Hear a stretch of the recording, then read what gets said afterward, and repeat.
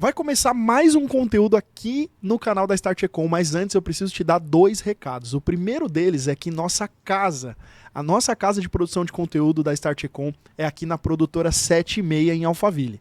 Então você que pensa em produzir um podcast, fazer evento, gravar curso, aqui é o maior ecossistema, um ecossistema completo de soluções para você que quer produzir seu conteúdo. Então, se você quiser saber mais sobre a produtora 76, é só clicar aqui na descrição desse episódio que você vai ter acesso a toda essa estrutura, essa mesma estrutura que a gente utiliza aqui na Start Ecom.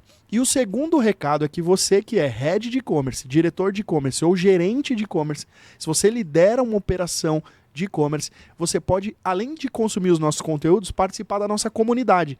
É só você clicar aqui embaixo também, tem um link para você fazer a sua aplicação, responder ali um questionário e caso você seja aprovado, você vai participar daquilo que eu considero o nosso maior ouro, que é a troca entre os heads que acompanham nossos conteúdos aqui.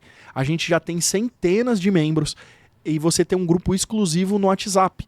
E vocês podem trocar informações entre si, além de participar também dos nossos eventos presenciais que acontecem toda primeira segunda-feira do mês. Então, clica aqui embaixo, antes de consumir o conteúdo, faz a sua aplicação e depois volta aqui que vai começar um episódio. Fala, galera!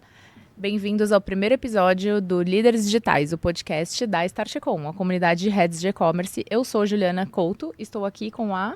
Eu sou a Priscila Viana e a gente está muito feliz de estar estreando aí o nosso primeiro episódio, né? Tivemos um primeiro episódio de apresentação, meu e da Ju, e hoje a gente começa com uma super convidada, que a gente está muito empolgada, muito animada para saber um pouco mais da carreira dela, das experiências dela com e-commerce. Então a gente está aqui com a Cíntia. Muito prazer, Cíntia. Prazer é todo meu. Muito obrigada por terem me convidado.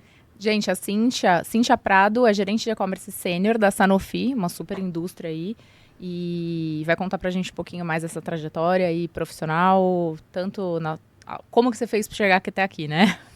É isso aí, né? A gente fala que esse espaço aqui, Cíntia, é muito pra gente, assim, inspirar outras pessoas, né? Eu falo, várias pessoas não têm, às vezes, referências de líderes tão próximos e tal. E mulheres incríveis como você, assim, com carreiras super consolidadas, sustentáveis e tal, são super exemplo pra gente e pras pessoas que estão ouvindo a gente, assistindo a gente. Então, a gente tá muito feliz de estar aqui com você.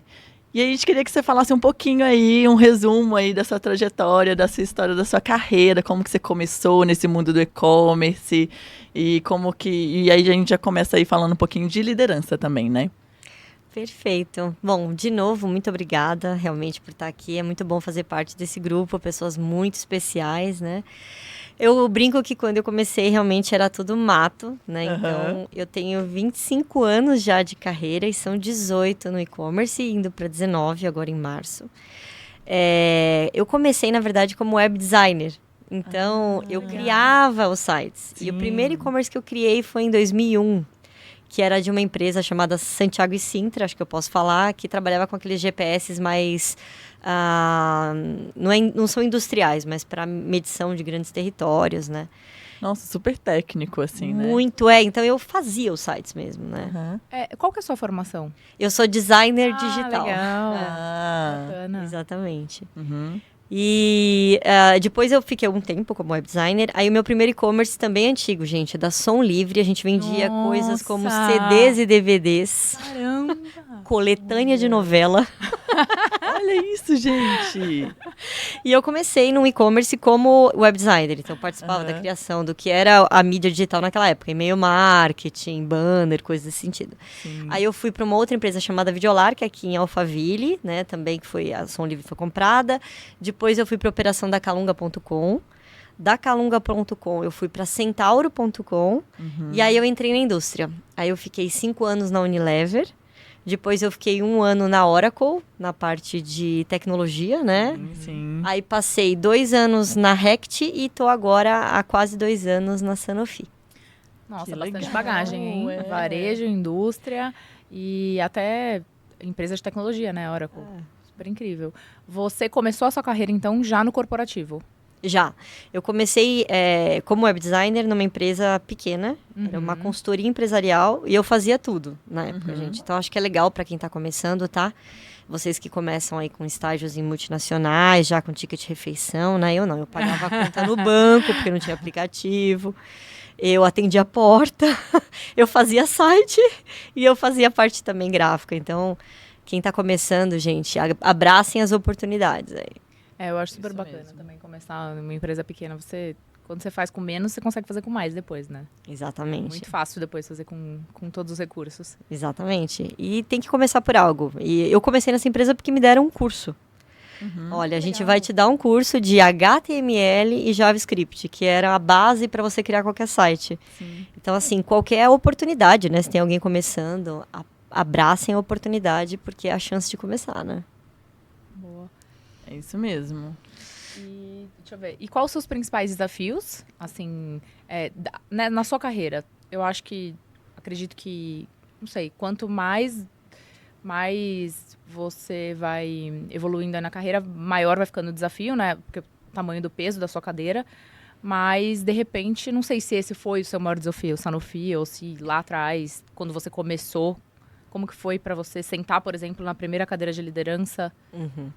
O que você tem para contar pra gente? Porque é o que a gente falou até no nosso podcast anterior, que muita gente não quer ser líder porque tem medo.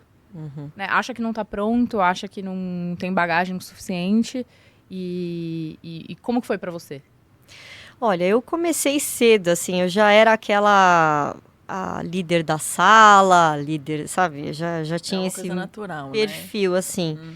Mas eu creio que o maior desafio numa liderança é você entender que cada pessoa é diferente e que você tem que ser uma líder diferente para cada uma dessas pessoas. Perfeito. Eu acho que quando você entende isso, você começa a liderar da forma correta. Sim. Tem pessoas que você só direciona e ela vai. Tem pessoas que você precisa dar o passo a passo.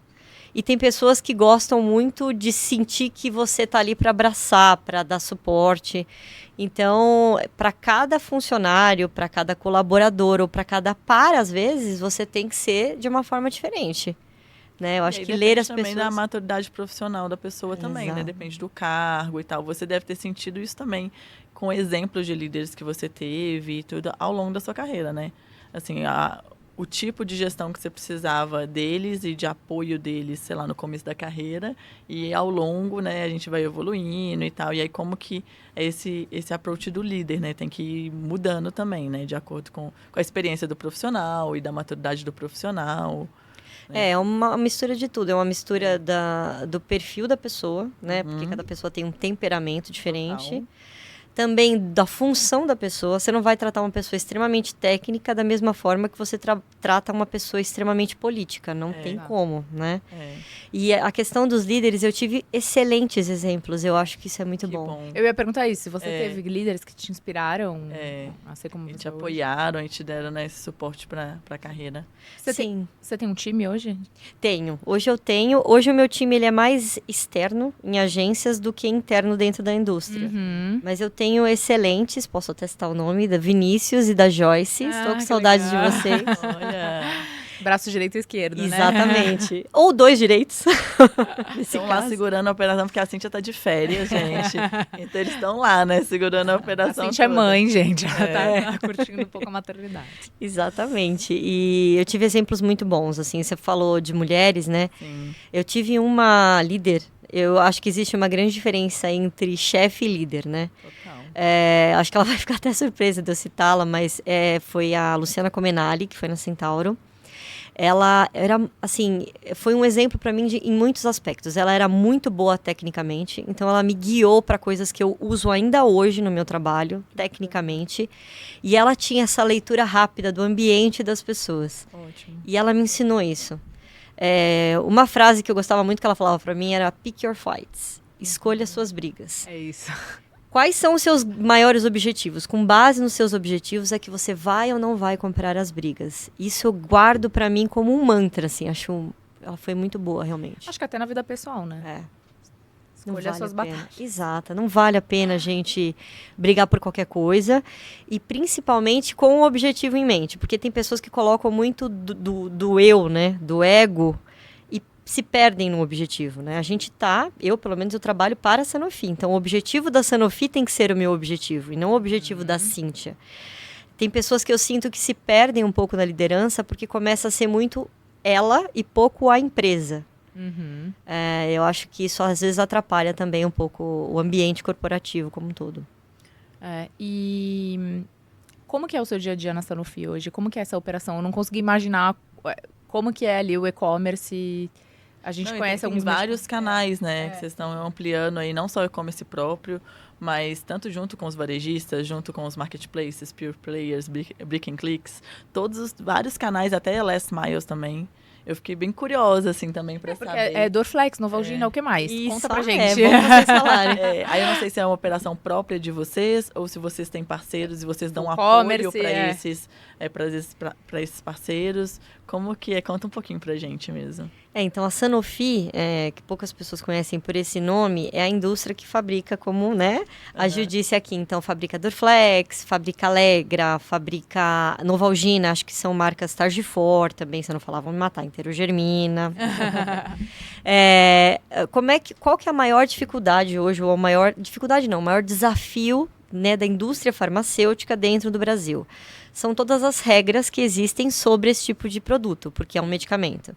Então, tem muito que é aplicável, né? Como eu já vendi de CD a tênis de corrida, as regras para essas categorias são muito diferentes das regras, por exemplo, para medicamento. Sim. Então, nós não podemos muitas coisas. Para vocês terem ideia, eu posso vender só 10% do meu portfólio em marketplaces. Caramba. Né? Então, eu realmente preciso muito da parceria das grandes redes de farmácia. Sim. Nós temos a operação, né, realmente o nosso D2C, né, o nosso site próprio, que por sinal é o farmadireta.com.br.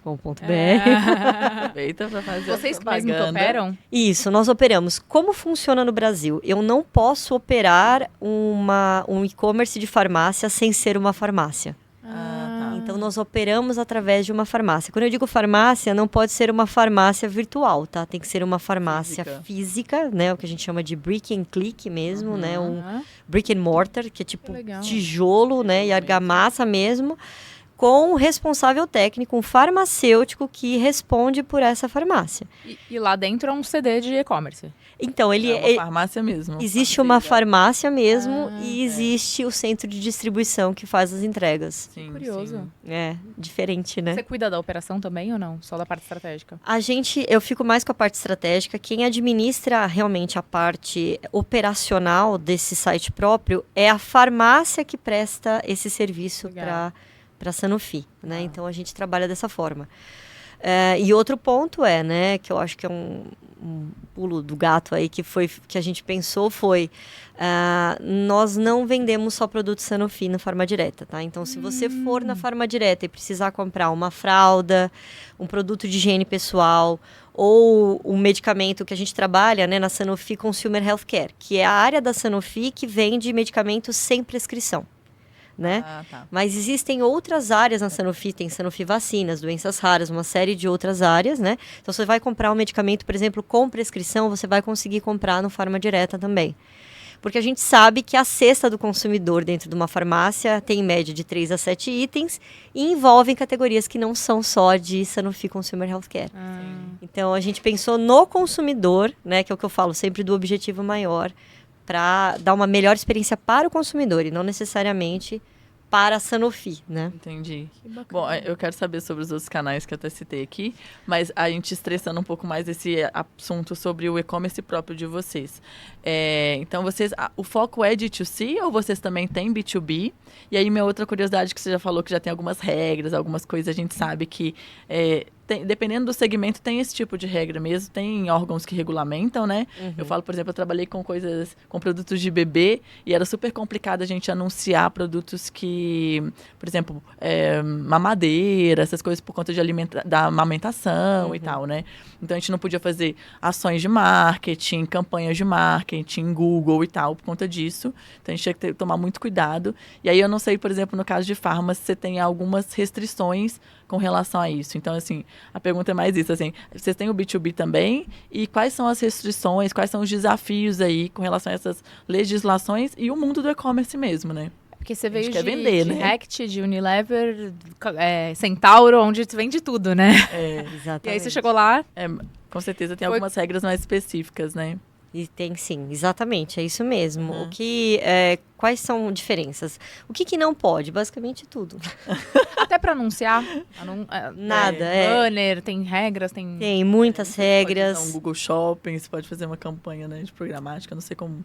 Quer ver, olha, para você deixar qualquer designer e qualquer pessoa de mídia maluca, para cada peça que eu publico, eu preciso gerar um código que é aprovado dentro de uma outra plataforma, me dizendo que Nossa. aquilo está ok.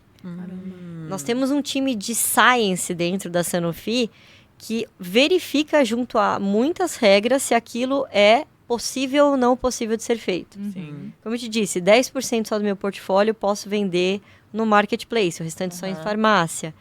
Para eu criar imagem de produto, eu tenho regras muito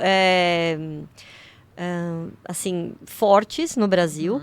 E, por exemplo, alguns produtos que a gente vende, que são produtos que exigem, sim, uma prescrição. Então, tem uma linha de Allegra, né, que é um antialérgico. Tem uma Allegra, que é o Allegra D, que exige, sim, uma prescrição. Eu não consigo nem colocar a imagem do meu produto dentro do site. Tem que ser aquela imagem genérica. Sim, sim. Então, a gente tem... É só uma caixinha com o nome. Exatamente, assim, né? com aquela tarjinha vermelha, sabe? Você acha que a Sanofi, nesse sentido, foi o seu maior desafio? Sim. Nesse sentido, foi o maior desafio pela questão das regras, porque não é que você vai burlar as regras, mas você vai encontrar caminhos para atingir o objetivo final, que no nosso caso de e-commerce são vendas. Vendas, né? Então, você realmente tem que encontrar caminhos, né? A gente tem restrições, por exemplo, para veicular anúncios no shopping, Google Shopping, né? Sim, imagino.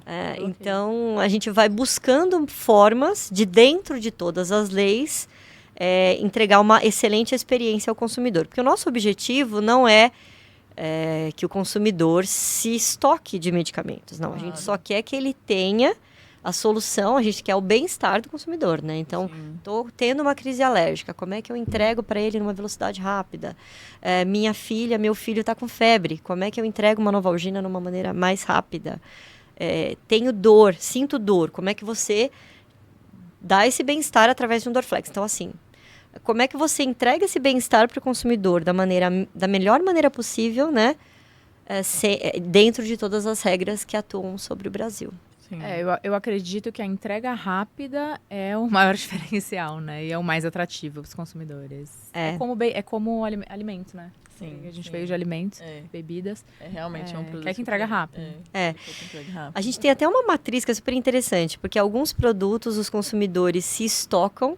O brasileiro tem uma característica interessante, né? A gente cria uma farmacinha, né? Todo mundo sim. tem, né? A farmácia. Eu sim. De vez em quando tem até que olhar se não tem nenhum vencido, né? Eu sempre dou uma olhada. E se você é mãe, você tem. Com Porque certeza. você não sabe o que pode acontecer, né? Aham. Então, alguns produtos, o consumidor, ele se estoca, porque ele, por exemplo, usa diariamente. Eu tomo Targifor por uma disposição, eu vou usar diariamente. Ou não. Eu tive uma crise alérgica. Aí é a questão que você pontuou, Ju, que é preciso rapidamente. Aí vem os last miles que você citou. Sim.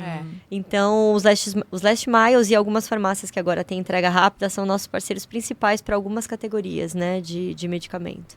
Sim. E a farmácia de vocês que atua aí, né? Ela também faz last mile ou não? É só através de parceiros? Ela tem a entrega, mas eu tenho que admitir que hoje parceiros de last mile têm uma entrega muito mais rápida do que a minha operação própria. Sim, Né? sim. E uma curiosidade que eu fiquei. Você chegou na Sanofi, já tinha essa operação de e-commerce ou você montou isso do zero? Não. Já tinha, inclusive, eu não sou a head, tá? Eu sou a gerente da parte de marketing e mídia. O meu head é o Giancarlo, tá? O Giancarlo Guarnieri, ele é o meu head. Mas já tinha, sim, a operação, muita coisa bem estruturada. Eu cheguei mais para dar um outro patamar, principalmente com foco em retail media, digital shelf, que é a parte de conteúdo de produto, e a parte de eventing, que a gente conhece bem. Eventing é basicamente o nosso calendário promocional, como é que você estimula, né? Então, basicamente, foi para esses pilares que eu entrei. Ela já existia, então, antes da pandemia? Existia, antes da pandemia. E na Porque pandemia muita cresceu coisa muito. de farma, alimentos veio com a pandemia, né? Com a Sim, necessidade sim. de... Mas a de... Mas a estratégia é realmente, assim, rentabilizar e dar lucratividade, crescer, assim, de uma forma até agressiva? Ou é mais um price point e, assim, um posicionamento da indústria dentro do online? Assim, aí eu queria saber especificamente deles, mas também e o seu ponto de vista. Qual que é o seu ponto de vista com relação à indústria dentro do e-commerce, vendendo D2C e esse conflito aí com os grandes parceiros aí de varejo já? Sim, não, a estratégia da Sanofi é rentabilidade. Então, assim, nós não damos passos largos ou não damos, né, voo de galinha. Então, é uma empresa realmente que pretende dar lucro através desse canal. Mas o objetivo maior por trás disso é realmente a experiência do consumidor. Sim. O consumidor quer comprar Dorflex. Você tem que ter Dorflex disponível para ele como e quando ele quiser. Então, esse é o objetivo principal. Está onde o consumidor está. Multicanal, né? Como e quando eu quero comprar, Dorflex precisa estar lá, né? Eu estou citando essa marca que é mais conhecida, mas qualquer produto. Então, esse é o objetivo principal da Sanofi, né? A questão do D2C. O D2C, ele é mais um canal para dados, né? Para eu entender rico, o meu né? consumidor. Exatamente. Comportamento de compra. Acho que tem muita indústria que ainda não enxergou isso, gente. E é tão rico, né? É tão diferente. Você tem um intermediário ali. Exato. E eu, como era web designer no começo da minha carreira, eu era a pessoa que ficava o dia inteiro num Analytics. Então, realmente, você entender o seu consumidor, você vai conseguir atendê-lo, né? Entendendo, você vai conseguir atendê-lo melhor. Sim. Eu que vim desse background aí de criação, eu achava que o botão verde era a melhor cor para eu colocar num botão de comprar, né? Ou que a palavra comprar era o melhor call to action e tal. Quando você começa a entender o comportamento do consumidor, desde essa parte técnica até uma parte realmente de eu compro mais esse dia porque é quando eu recebo, ou eu compro mais nesse período. Enfim, toda essa base de dados, né, que o D2C, né, que o site próprio garante para a indústria, é ouro. Entendeu? É muito mais importante do que a venda pela venda. Eu compro mais Dorflex na semana de fechamento, né, do e-commerce. Tensão. É verdade. Mas puxando aí um pouco para o assunto da liderança, hoje você falou aí que você tem mais time, né, parceiros do que time interno, mas você já deve ter tido também bastante gente. O que é importante para você na contratação, para estar lá no time da Cynthia? O que você mais olha? Soft skills, hard skills, enfim. Eu creio que a gente consegue treinar a parte técnica, mas comportamento é um pouco difícil de mudar.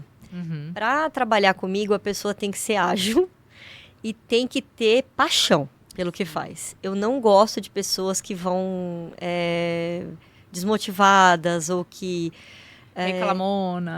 Não consigo trabalhar. Eu tenho muita dificuldade de trabalhar com gente assim. Que solução, né? Porque assim, depois de 25 anos, né, trabalhando nisso, se eu não gostasse do que eu faço, seria uma tortura.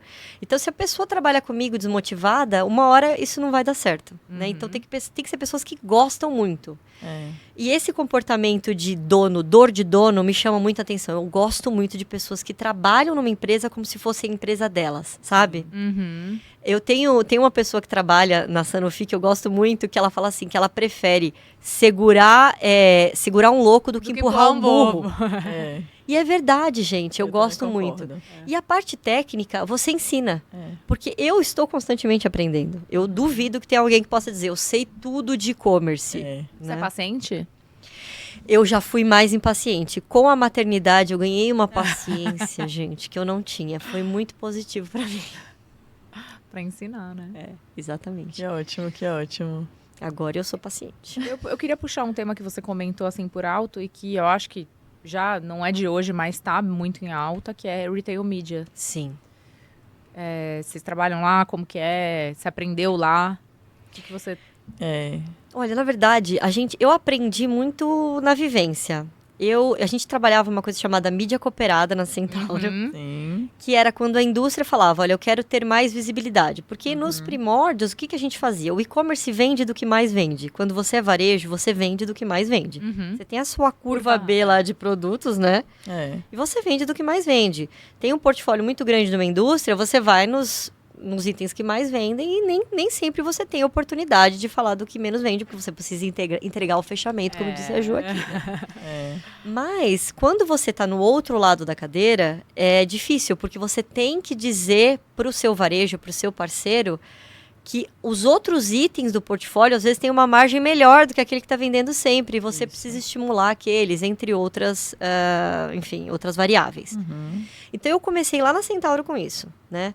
E aí, a gente fazia isso para as indústrias, né? Principalmente as indústrias de calçados, né? De tênis e tal.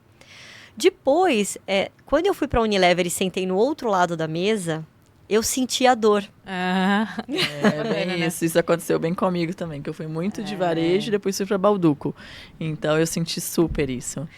E aí lá a gente começou um pouco com isso, porque através do nosso parceiro de full commerce a gente começou a estimular, né? E através dos nossos parceiros a gente comprava a mídia. Só que ainda era uma espécie de trade marketing. Total, E não havia dados. Eu acho que tinha essa troca de dados, né? Então eu fazia, né? Eu vou comprar um banner por 5 ou 50 mil reais. E aí? Eu tenho um print bonito para mostrar para você no final do mês. Já tinha JBP naquela época? Já tinha JBP. Tem uma informação outra de sellout, mas é muito superficial, né? Mas foi pelo banner que veio a venda? Não sabe, né? Você não foi sabe pelo e-mail, foi pelo banner, foi...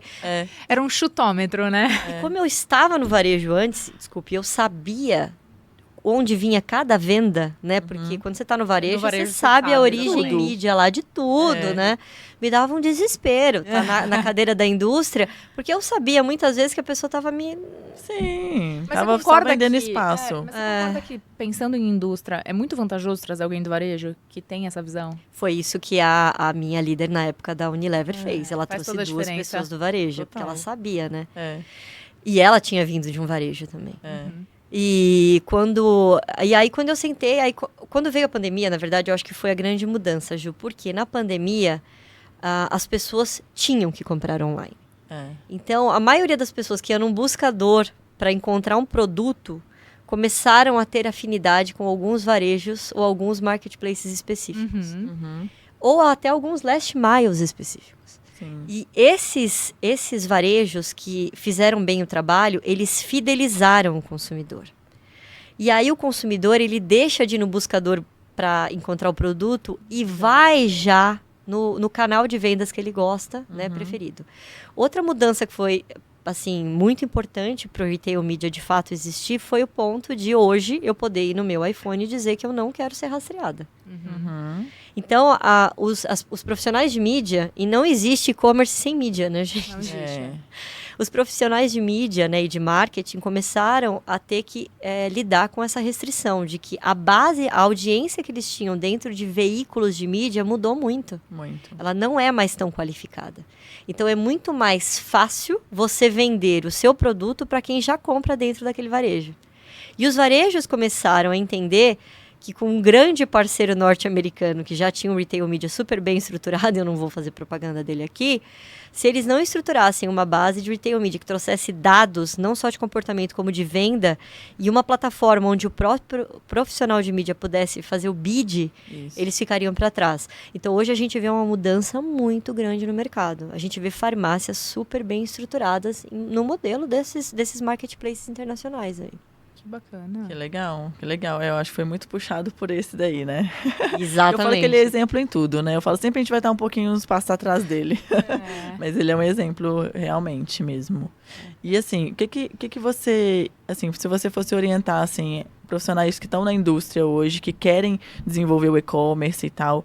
Por onde que você acha que deveria começar? Marketplace é uma boa? Qual que é assim, um insight assim, importante assim, para a indústria dentro do e-commerce assim, hoje? Eu acho que vai muito da estratégia da indústria. É uma indústria que quer ganhar market share, mesmo que tenha questões financeiras negativas. Eu quero ganhar mercado a todo custo. Se ela quer ganhar mercado a todo custo, mesmo prejudicando de certa maneira a questão financeira, ela vai para mar aberto, ela vai entrar nos grandes players de marketplace, ela vai fazer muita veiculação dentro de grandes canais aí, de varejo, e ela vai com força total. Agora, se é o caso, por exemplo, de da indústria onde eu trabalho, em que você não vai prejudicar a sua questão financeira a todo custo, você não vai comprar mercado, né? Porque você pode ganhar ou comprar mercado. Isso, Aí eu aconselho a você jogar o jogo de uma forma mais estratégica, né? Então, onde você entrega melhor rentabilidade? É questão de marketplace. O teu produto tem uma boa margem, porque se você vende algumas categorias de produto e você jogar no marketplace, você vai pagar para vender. Sim. O marketplace te oferece uma cobrança justa sobre, né, aquilo que está sendo veiculado, porque se você tem uma margem apertada e ainda paga um FII, ainda paga um full commerce, você vai pagar para vender. Quando você vai ver o bottom line, não vale a pena, né? Então, eu aconselho primeiro você ver a questão estratégica da indústria. Qual o objetivo da indústria? Não, nós estamos num momento onde a gente quer comprar share. Joga para vencer. Não, nós estamos no momento que a gente quer, passo a passo, ganhar mercado, de fato. Estrategicamente pontuar aí por onde vocês vão atuar, né? Entender quais marketplaces, sei lá, fazer às vezes um planejamento, né? De quais, sei lá, um faseamento. Vamos entrar nesses aqui com uma negociação boa de comissão, mas focar no e-commerce próprio, que provavelmente é onde tem mais rentabilidade. Só que aí tem essa dificuldade toda hoje, que tráfego tá caro pra caramba, né? Então, às vezes, para você trazer tráfego para um site que não é conhecido, né? E o cliente vai comprar só aquele tipo de produto, que aí eu achei muito interessante a estratégia de vocês de terem outros produtos que não são produzidos por vocês. Isso ajuda muito ao cliente construir a cesta dele, né? Porque, imagina, ele vai ficar entrando em vários sites de várias indústrias para fazer a compra dele. Então, foi uma estratégia interessante de vocês, assim. Hoje, vocês compram produtos... Como que vocês fazem? Tipo assim, é consignado? É tipo um marketplace dentro do site de vocês? Como que vocês fazem para ter esse mix mais variado? Não, a gente como indústria vende, na verdade, para essa farmácia responsável. Tá. Porque eu, como indústria, eu não posso, né, diretamente, principalmente no ramo de medicamentos, né? Então, você não pode vender diretamente. Não. Tem que ser realmente uma farmácia, tem que ter um farmacêutico responsável. O Brasil é muito isso sério. Que eu ia te perguntar. Sim. Isso, tratando de uma multinacional, como que é? Isso é só aqui no Brasil? Como que é lá fora? Muda. Talvez seja até mais restrito, né? Não, lá porque lá Depende. vende medicamento na farmácia, né? Tudo.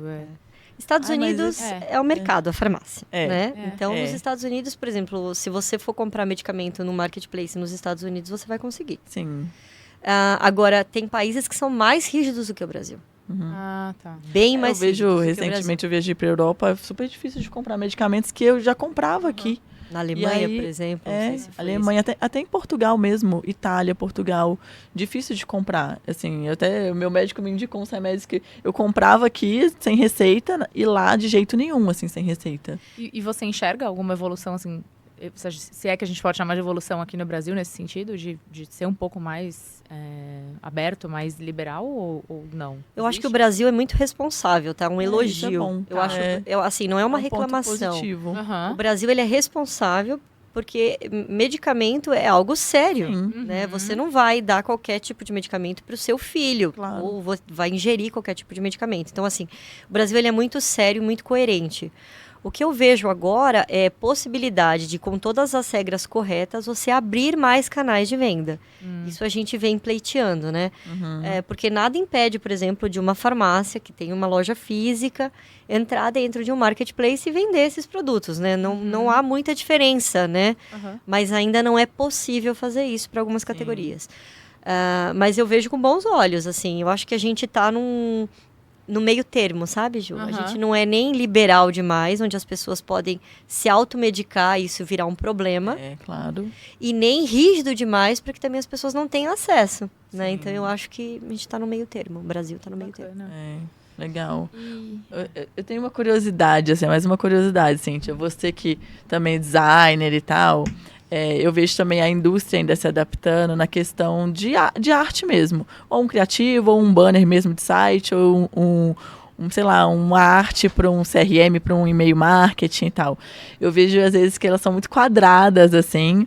Não tem, às vezes, um CTA, né, um call to action interessante, ainda como o varejo tem. Então, a gente que já foi de varejo, de indústria, a gente vê a diferença disso, assim. Aí, eu não sei, às vezes você também é uma indústria um pouco mais engessada, mas o que você acha que ainda tem que evoluir, assim? Eu acho que tem muita indústria colocando foto de produto e, às vezes, uma característica do produto. Não é uma coisa atrativa para compra. compra, assim. Não tem aquele apelo, né, da compra Eu que sinto a gente essa falta, tem no assim, varejo. sabe? E eu ia até, aproveitando o gancho dessa pergunta, eu ia até te perguntar se vocês já usam inteligência artificial. Ah, boa. Ótimo. Conta pra gente, então. Não, acho ótimo ponto. Uhum. Primeiro ponto, né, para vocês, talvez tenha algum designer aí se formando, entrou no mercado de trabalho, seu ego vai lá para baixo, tá? Porque você tem que entender que quem manda é o consumidor. Acho que esse é o Isso. ponto focal. Se você acha super brega a fonte tal, mas o consumidor compra com a fonte tal, coloque a fonte tal. Aham. E acho que também, assim, importante, eu realmente tô no fim do funil, eu quero vender, né? Isso. Então, eu tô quando o consumidor já se decidiu pela compra. A indústria, né, ela principalmente a multinacional, ela vem assim, aqui no meu país onde eu criei essa arte, isso super funciona. Uhum. O brasileiro é um bicho diferente. Total. E principalmente, às vezes, o brasileiro de São Paulo vai ser diferente do brasileiro do Rio Grande do Sul e do brasileiro do Muito Ceará. regionalismo, né? Então, o que eu acredito, eu gosto muito daquela frase, que sem dados você é só mais uma pessoa com uma opinião. Aham. A gente usa muito os dados. Então, assim, clicou, não clicou, interagiu, não interagiu. A gente usa até mapa de calor, Sim. onde ele olha mais, onde olha menos. O CTA, a gente tem restrições de CTA. Eu não posso dizer para um produto, por exemplo, para um antialérgico, compre. Eu não posso dizer compre. Eu tenho essa restrição. Aham. Mas dentro dos CTAs possíveis, qual que é o que gerou mais engajamento? Então, a gente gosta muito de trabalhar com isso. E a inteligência artificial ajuda muito. Por quê? Quando eu comecei lá, muito tempo Aham. atrás, você fazia o quê? Você colocava 2 ou 3 versões no máximo Fazer um no teste ar. AB, né? Fazer o teste. Você deixava aquilo no ar, você esperava um tempo maturar, você baixava a planilha, você olhava aquelas planilhas, você ouvia com base no número de visitas, cruzando com o número de cliques, qual que tinha um CTR melhor ali. E aí você começava, então vamos mais pelo caminho do A ou do B. Hoje já existem ferramentas no mercado em que você cria versões e aí ela publica, ela mesma, a própria ferramenta já olha qual que está tendo maior engajamento e ela mesma já cria gerencia. variáveis dessa melhor versão. Uhum. E aí é onde você vai perceber como o Brasil é rico.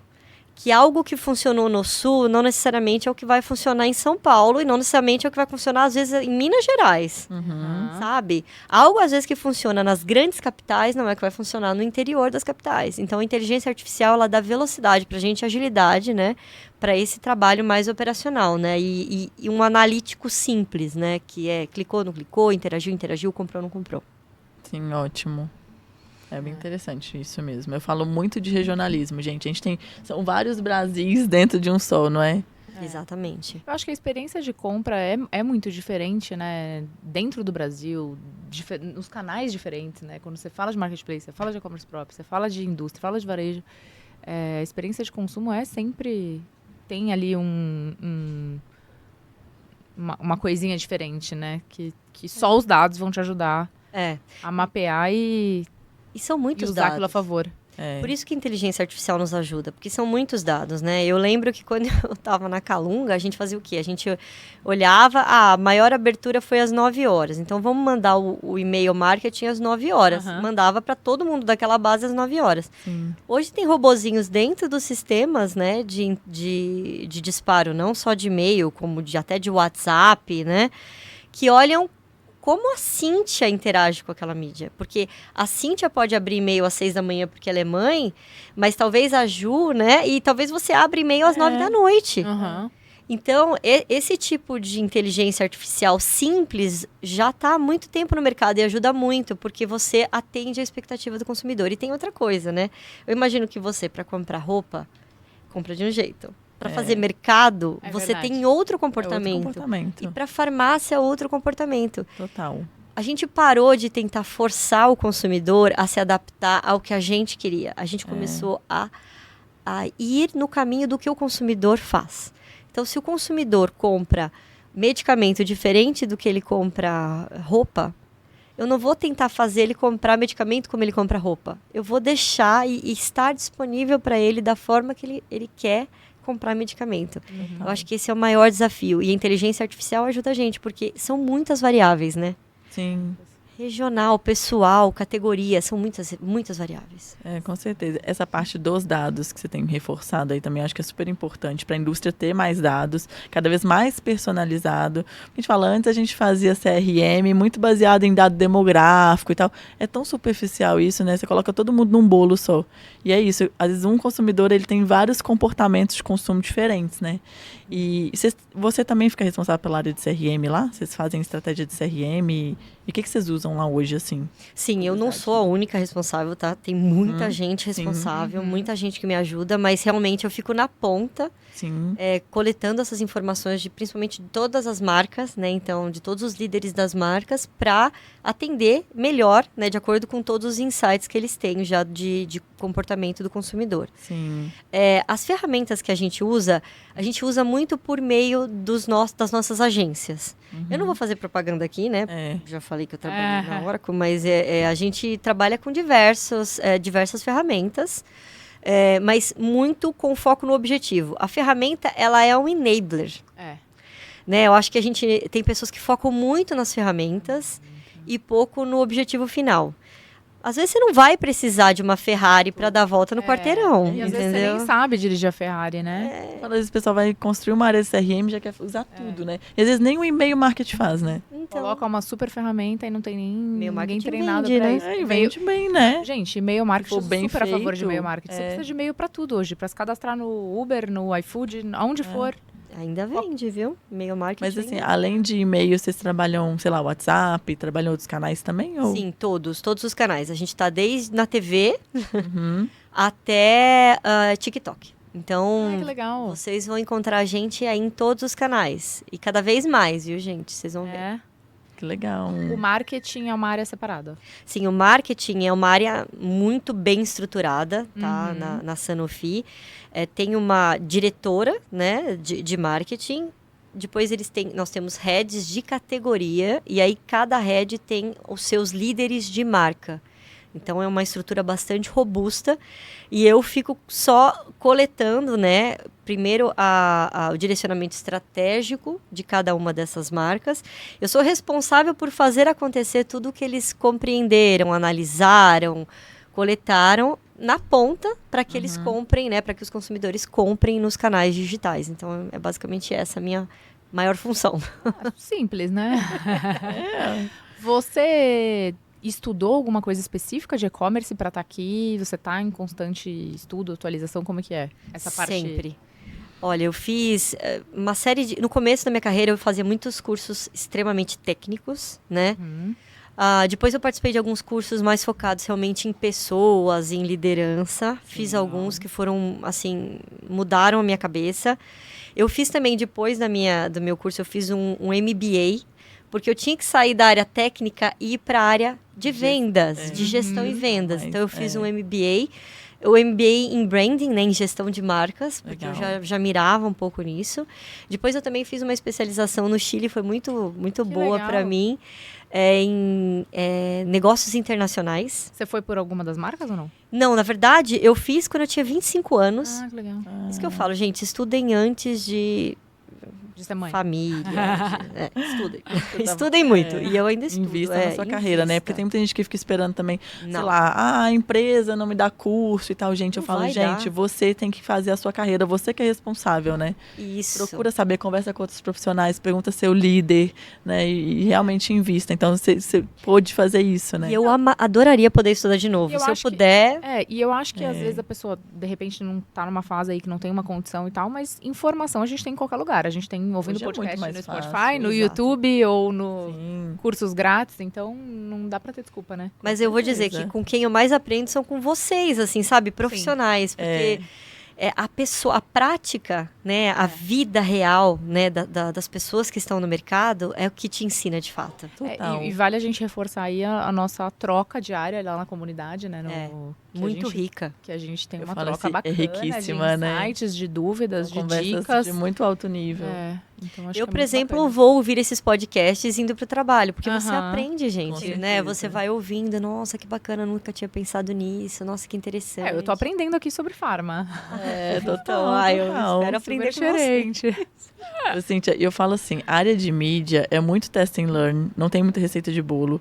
E assim, eu falei, a gente testando e aprendendo mesmo. E às vezes, assim, tem pessoas que trabalham com a gente que elas vão entendendo mais daquele contexto ali da empresa e tal, o que funciona, o que não funciona. E a gente vê que são muitas pessoas jovens. E eu acho que um desafio do líder hoje é reter esses jovens, né?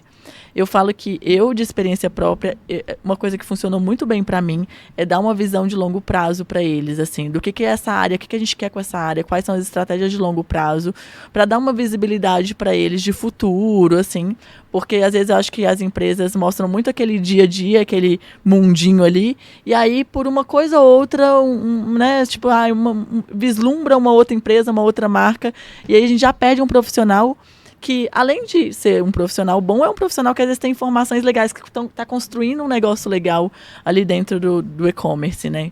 Que eu acho que é muito isso, é muito aprendizado, assim, no dia a dia.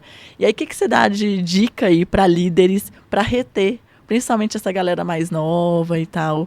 Porque a gente fala que é um grande desafio de hoje em dia, né? Porque a gente é da geração telefone, né? É, Não tá resolvendo, de pega uma o telefone, geração- liga e resolve. É, Não fica mandando mensagem esperando, é muito né? diferente, né? E a gente Tem é uma que ter um geração pouco- que tem um pouco quer de fazer uma conflito. carreira maior, um pouco quer mais estabilidade.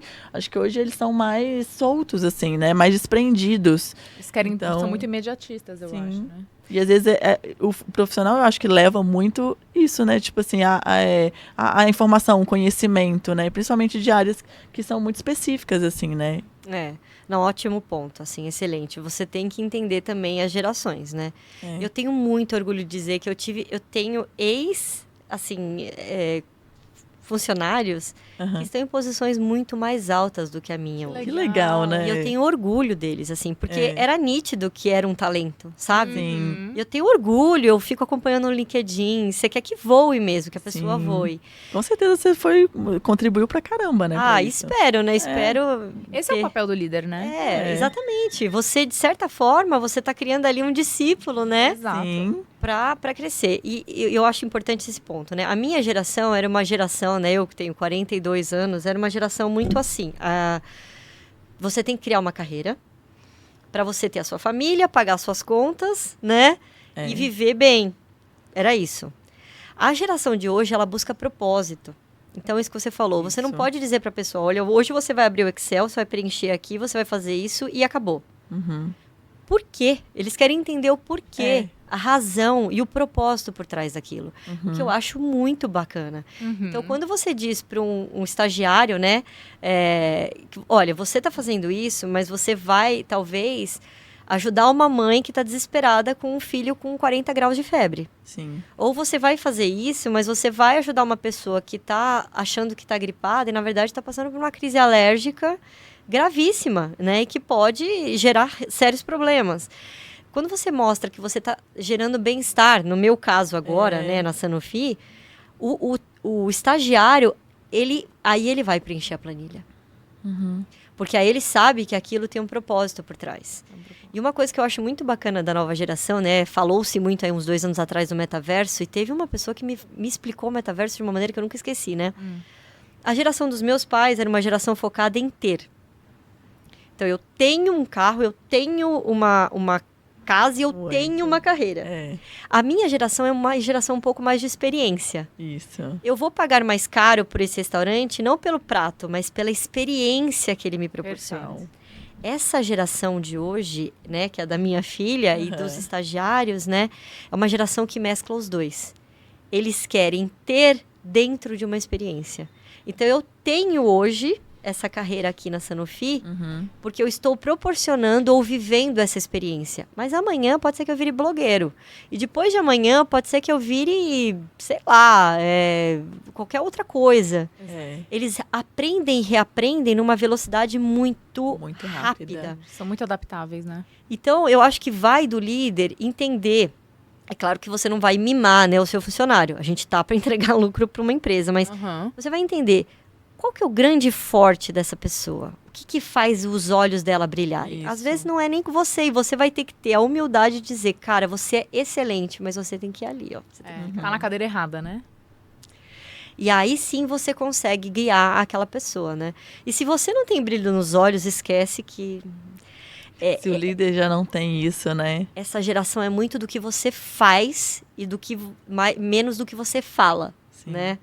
Então, se você não dá aquele exemplo, põe a mão na massa e mostra e tal, você vai desestimular totalmente. Eu percebo muito isso. E pra você, o que mais te motiva? É a tua liderança? É o projeto que você tá ali fazendo na hora?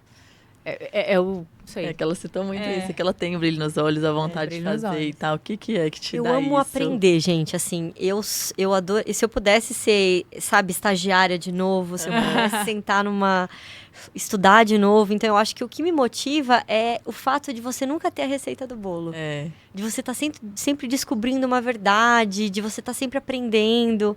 Eu acho que isso me motiva bastante. Outra coisa que me motiva muito são os boletos que chegam. Com certeza, Mas a eu gente digo, quer eu conforto, digo né? A gente quer. porque, se fala muito que é comprovado que as pessoas trabalham pela liderança, né? Então, acho que isso é muito importante. Assim, eu tenho o meu líder é muito, assim, parceiro mesmo. Uma pessoa que não se coloca numa posição de chefe, mas uma posição de eu tô aqui para te ajudar. Eu acho que isso é essencial. E aí é muito mais fácil a gente entregar resultado Muito. dessa forma, né? E você acaba seguindo o exemplo e fazendo isso com as pessoas que estão abaixo de você, né? Você entende que é um time e não mais aquela questão vertical, Sim. E né? era muito antigamente, né? Era. Aquela muito. coisa do líder, porta Sala. fechada. Não existe Não era gente, acessível, não né? era. O líder, tudo é top-down, né? Sem discussão, sem compartilhamento, né? Não funciona com a geração de hoje, gente. Não funciona. Não funciona. É bem assim. Eu falo muito disso. Eu falo assim, pô, às vezes a gente como líder, como head da área, a gente tem aquela responsabilidade, mas é sempre importante a gente... Então, assim, a palavra final vai ser nossa, porque a responsa é nossa, mas compartilhar e ouvir outras pessoas é muito importante, né? Acho que até no último podcast a gente até falou, né? Tipo, tem vários caminhos para chegar no mesmo objetivo. E às vezes tem atalhos que a gente mesmo, né, com muita experiência, às vezes não tem esse insight. E às vezes uma pessoa que é até mais júnior cita alguma coisa que te desperta, assim, um atalho muito melhor para chegar naquele objetivo. Então é sempre bom, né, essa cultura mais colaborativa, né? Eu acho até entre os profissionais. Mas eu trabalho num atacado. Aham. Eu trabalho numa indústria, sei lá, de joias. É. Isso não tem nada a ver comigo. Tem, gente, escute o que as pessoas falam de outras categorias, de outras áreas. Tem, às vezes, algo que você vai pegar e você fala, nossa, tem tudo a ver comigo. E eu nunca notei.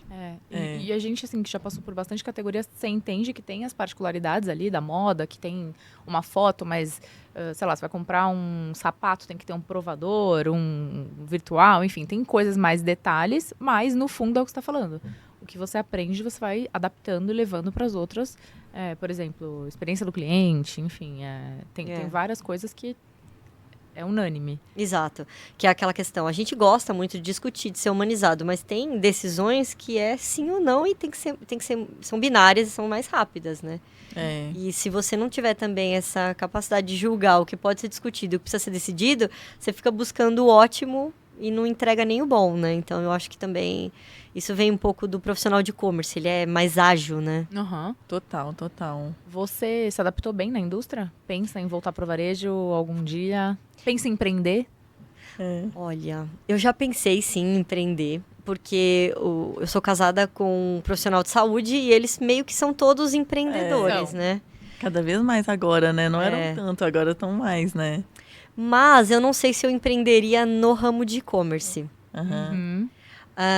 Eu não penso em voltar para o varejo, eu realmente me apaixonei pela indústria. Quando eu mudei do varejo para a indústria, foi muito difícil, muito.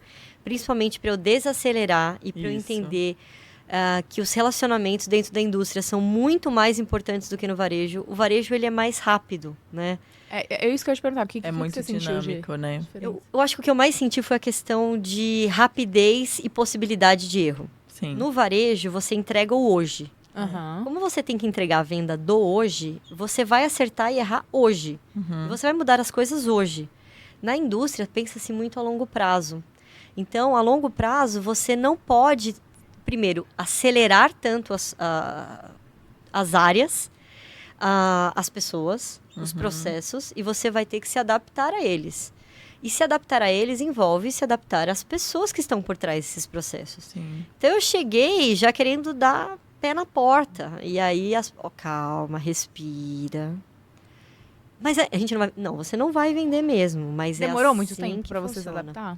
Eu acho que eu levei uns 6 meses para Pra ficha cair. eu entrar no padrão da indústria. Mas eu acho que é uma escola. Porque você entende que você vai ter que entregar a mesma excelência e o mesmo volume e o mesmo valor, mas dentro de processos e departamentos e métodos diferentes, entendeu? Eu acho que isso é muito positivo também para um profissional. Uhum. Mas tem gente que não se certeza, adapta, né? É. Eu, por exemplo, fui exercita. para serviços, né, de tecnologia e não me adaptei. Ah, bacana. Isso Né? é E legal de tem- falar. E tem gente que fala, "Ai, meu, eu não, jamais E sairia." uma super empresa, né? É, Ah, eu falo também, gente, eu adoro trabalhar com produto, então. com serviço, ou área muito técnica, assim, eu falo, não é minha pegada, sabe? Eu gosto de produto. Então, Bens de consumo. É, eu também, a gente brinca, né? Eu gosto de ser cliente. é. É isso, né? A gente Você vê compra como- muito online? Muito. Tudo? Tudo. Praticamente tudo. É raro. A coisa mais estranha que eu já comprei online foi um gato. Como assim? Conta pra É. gente. Outro dia eu conheci uma pessoa também que comprou um cachorro pelo Mercado Livre. Ela comprava tudo e Como que apareceu. entregam? Imagina Não, pra ela. pra entregar É retirada? esse serviço. Não, é clique e retire. No Clique meu e caso retire. foi clique Ah, e é? retire. No caso da pessoa que eu conheci, entregaram pra ela na casa dela o Ah, cachorro. Então, pode ser também, né? Que legal. Mas É isso, gente. tudo. Eu acho que com a pandemia, outras coisas que eu não estava habituada, eu Sim. comecei a comprar. Impressionante, Mercado é uma né? coisa que eu não estava habituada e comecei a fazer Fruta, verdura, tudo. Tudo é possível, assim. E aí tem algumas coisas que, como eu disse, né? Você como pessoa gosta mais de comprar pessoalmente, gosta menos. Eu falo que eu trabalhei muito com alimentar, né? É mais difícil, porque ainda tem muito essa questão da experiência. A gente tava falando aqui de experiência do cliente e tal, né? E o cliente, ele gosta muito de estar na loja física, de pegar no produto, ver o produto. Eu acho que tem muitas tecnologias que estão melhorando. Eu falo assim, que eu vejo que eu me surpreendi, por exemplo, quando eu vi Last Mile, colocando a banana verde ou madura. Isso. Você pode escolher como que você quer. E eu falo, gente, hoje em dia tem isso, assim, né? É um super desafio, assim, para o online. E aí até uma pergunta que eu queria te fazer, pra gente fazer uma última pergunta, que a gente já tá finalizando, mas assim, a gente falando de experiência, o que você acha que hoje funciona e que é legal de experiência do cliente dentro do e-commerce e, por exemplo, com a indústria? Porque eu vejo que às vezes fica inventando muita moda. Eu falo que, por exemplo, hoje, sei lá, um restaurante tem QR Code, que fala, porque eu sou digital. Mas não ouve o cliente, porque o cliente fala, eu não quero QR Code. Então, assim, o que você acha de experiência hoje, de tecnologia, que a gente pode usar dentro dos e-commerces, que realmente geram valor, assim, para o cliente? Eu acho que o brasileiro, né, de novo, né? Você é um norte-americano que gosta de ler não sei quantos livros por ano e você gosta de uma página de detalhe de produto que tem uma rolagem eterna. Aham. Continue aí. É. O brasileiro é visual. Então, eu acredito que os e-commerces brasileiros, ou que trabalham para brasileiros, que querem vender para brasileiros, deveriam focar em tecnologias que foquem nessa experiência visual, né, do brasileiro. O que eu acho que é muito bacana? Provadores digitais facilitam muito. A questão de você ver, né, o que é o produto para não se confundir no momento da compra. A questão de realidade aumentada, eu acho que ajuda muito na compra, principalmente de algumas categorias. E o brasileiro gosta de tecnologia. Outra coisa que eu acho que as indústrias e os e-commerce brasileiros não estão focando com força total ainda é a questão do WhatsApp. Eu ia perguntar isso. E o atendimento? Você acha que tem que ser mais humanizado? Como que vocês fazem lá? Eu acho que chatbot é ótimo, tá? Acho que facilita muitos Hoje processos. tem muitos com inteligência artificial, que aí fica muito mais humanizado, né? Personalizado. E mesmo se for um ser humano atrás de um WhatsApp e o outro ser humano atrás do outro WhatsApp, funciona muito, porque o brasileiro ama o WhatsApp, gente. As pessoas ainda não se deram conta usa disso. muito o WhatsApp, né? Muito. E se você for pensar, é uma rede muito democrática. Sim, Qualquer um usa. Você não precisa nem saber escrever para usar o WhatsApp. Você usa E- só áudio, por exemplo. ótimo ponto. Pensar no seu público. Às vezes o seu público não é um público que vai saber digitar, explicar tudo textualmente. Mas o áudio vai funcionar muito bem. A questão da busca por áudio também, enfim, esse tipo de coisa a gente precisa prestar mais atenção, eu acredito. Sim, sim. Me com incluo nisso, certeza. tá? Vocês trabalham com WhatsApp lá? Sim. E, tipo, é um time interno? Não. Não? Não. Porque isso é um desafio também, né? Que a gente tem que terceirizar e que eu acho que pode ter um time interno melhor ainda, né? Fica mais... A pessoa já está dentro da cultura da empresa, né? É que como o core da indústria difícil. é melhorar a experiência dos produtos, né? Vai focar muito mais na ciência do produto do que, de fato, nessa parte tecnológica. Então, a gente trabalha com parceiros. Ótimo. E se você pudesse deixar uma dica aqui para quem ainda não é líder, né, digital, mas está querendo ou está com medo, o que você poderia dizer? Não tenha medo, porque medo paralisa. É isso. Enfia a cara aí, vai... Você foi com medo mesmo? Fui com medo mesmo. Eu vou sempre com medo mesmo. Eu tô aqui com medo mesmo. A gente vai. Isso. E faz parte, Em né? frente, aprenda com os seus erros e siga. E assim, se você gosta de pessoas, você vai ser um excelente líder. Essa é a minha... Ótimo. É E a verdade. gente sente isso na fala dela, né? Dá pra sentir, assim. Eu acho que é bem isso, assim. Líder tem que gostar de gente, né? Se você Se gosta não, de- faz uma carreira em Y, gente. Tudo bem também, né? Não, e tudo bem você não querer Técnico. ser. É Exato. A isso gente precisa mesmo. também, né? Exato. Nós como líderes precisamos. Exatamente. Gente, foi ótimo o nosso bate-papo aqui, né? Eu acho que a gente Adorei. aprendeu pra caramba aí com a Cíntia. Foi muito bom essa troca aí pra gente falar. A gente vê muito essa visão dela de varejo, de indústria, de uma indústria que tem muitas regras e é bem específica, da visão dela de liderança. E é isso, a gente vê o brilho nos olhos dela, que ela gosta de fazer o que ela faz. E a questão de pessoas, né? Assim, eu acho que líder precisa disso mesmo, assim. Você transparece isso, Cíntia, assim. Que bom, fico feliz. Somos todos apaixonados por e-commerce, então. Exatamente. É difícil, né, gente? A gente ama. A gente ama. Quando a gente é um bichinho que pica, né? A gente Aham. fala que é um bichinho que pica, né? É. Ai, que bom. Muito obrigada por estar aqui. Obrigada pela sua participação. Espero que vocês gostem. É isso. Muito obrigada, isso. gente. Obrigada. Foi E uma até honra. a Obrigada, próxima. pessoal, e até a próxima. E sigam Acompanha a gente aí no Instagram, no Spotify. Compartilhem, né? Compartilhem. A gente vai trazer muito conteúdo legal aí com líderes igual a Cíntia aí para inspirar a gente, trazer muito conteúdo de qualidade. É isso. É isso, até a Até próxima. a próxima.